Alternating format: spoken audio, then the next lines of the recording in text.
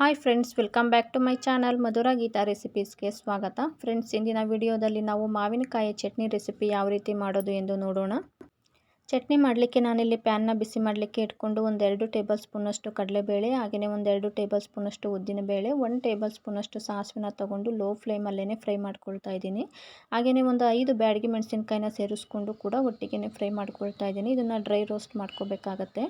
ನಂತರ ನಾನಿಲ್ಲಿ ತೊಗೊಂಡಿರ್ತಕ್ಕಂಥ ತೆಂಗಿನಕಾಯಿ ತುರಿನೂ ಕೂಡ ಚೆನ್ನಾಗಿ ಫ್ರೈ ಮಾಡ್ಕೊಳ್ತಾ ಇದ್ದೀನಿ.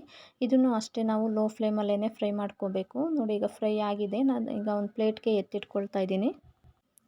ನೆಕ್ಸ್ಟ್ ನಾವಿಲ್ಲಿ ಒಂದು ಮಿಕ್ಸಿ ಜಾರನ್ನು ತೊಗೊಂಡಿದ್ದೀನಿ.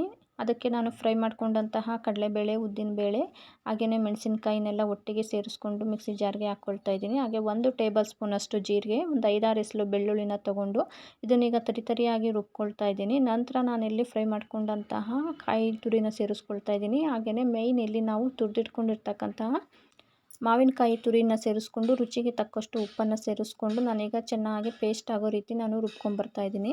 ನಂತರ ನಾವಿಲ್ಲಿ ಚಟ್ನಿಗೆ ಸ್ವಲ್ಪ ಒಗ್ಗರಣೆ ಮಾಡ್ಕೋಬೇಕಾಗುತ್ತೆ. ಈಗ 1-2 ಟೇಬಲ್ ಸ್ಪೂನಷ್ಟು ಎಣ್ಣೆನ ಸೇರಿಸ್ಕೊಂಡು ಅದಕ್ಕೆ ಒಂದು ಸ್ವಲ್ಪ ಸಾಸಿವೆ ಹಾಗೆ 1 ಮೆಣಸಿನ್ಕಾಯಿನ ಸೇರಿಸ್ಕೊಂಡು ನಾವೀಗ ರುಬ್ಬಿರ್ತಕ್ಕಂಥ ಚಟ್ನಿನ ಸೇರಿಸ್ಕೊಂಡು ಸ್ಲೋ ಫ್ಲೇಮಲ್ಲೇ ನಾನೀಗ ಒಂದು 5 ನಿಮಿಷ ಇದನ್ನು ಚೆನ್ನಾಗಿ ಈ ಥರ ಮಿಕ್ಸ್ ಮಾಡಿಕೊಂಡು ಫ್ರೈ ಮಾಡ್ಕೊಳ್ತೀನಿ. ಹಸಿ ಸ್ಮೆಲ್ಲು ಹೋಗಬೇಕು. ಹಾಗೆಯೇ ಚಟ್ನಿ ಸ್ವಲ್ಪ ಎಣ್ಣೆ ಬಿಡೋವರೆಗೂ ನಾವು ಈ ರೀತಿ ಫ್ರೈ ಮಾಡಿಕೊಂಡ್ರೆ ಸಾಕಾಗುತ್ತೆ. ಈಗ ನಮಗೆ ಚಟ್ನಿ ರೆಡಿಯಾಗಿದೆ. ನಾನು ಇದನ್ನು ಒಂದು ಬೌಲ್ಗೆ ಸರ್ವ್ ಮಾಡ್ಕೊಳ್ತಾ ಇದ್ದೀನಿ.